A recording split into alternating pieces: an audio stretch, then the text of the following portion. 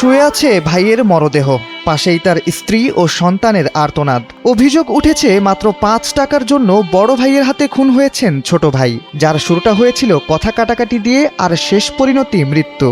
লক্ষ্মীপুরের রামগঞ্জ উপজেলায় বিদ্যুৎ বিলের ৫ টাকা কম দেওয়ায় ছোট ভাইকে খুন করার অভিযোগ উঠেছে বড় ভাই খুরশেদ আলমের বিরুদ্ধে। শনিবার উপজেলার ৮ নম্বর করপাড়া ইউনিয়নের লেদিরভাগো বাড়ি এলাকায় যখন দুই ভাইয়ের মাঝখানে কথা কাটাকাটি শুরু হয়, তার এক পর্যায়ে আঘাত লেগে গুরুতর আহত হন ছোট ভাই আলমগীর হোসেন। হাসপাতালে নেওয়ার পথেই তার মৃত্যু হয়। এ ঘটনায় নিহতের স্ত্রী জানিয়েছেন, যৌথ পরিবারে দুই ভাই একসাথেই বিদ্যুৎ বিলের খরচ বহন করত।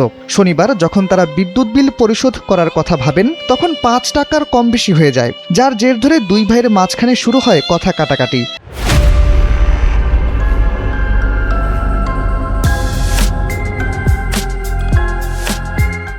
এক পর্যায়ে গুরুতর আহত হন ছোট ভাই। জানা গেছে, মৃত আলমগীর হোসেন ছিলেন সদ্য বিদেশ ফেরত।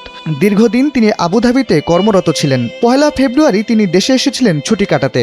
বিষয়টি নিয়ে রামগঞ্জ থানার ওসি মোহাম্মদ ফিরোজ উদ্দিন চৌধুরী জানিয়েছেন, মরদেহ উদ্ধার করে ময়না তদন্তের জন্য লক্ষ্মীপুর সদর হাসপাতাল মর্গে পাঠানো হয়েছে। তদন্ত করে এ ব্যাপারে প্রয়োজনীয় আইনগত ব্যবস্থা নেওয়া হবে।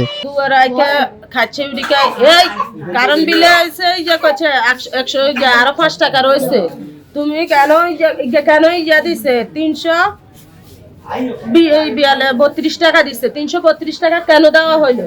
তাই কেছি কেন দিছি, আগে তাই 5 টাকা 10 টাকা বেশি দিছি কিংবা 2 টাকা বেশি দিছি, অনানেরা চালাই না, নানের ভাই দিব এই আমারে গালাগালি। বড় বাসুরে কি ছোট ভাইয়ের বরগাত কি হাত দিতে পারে?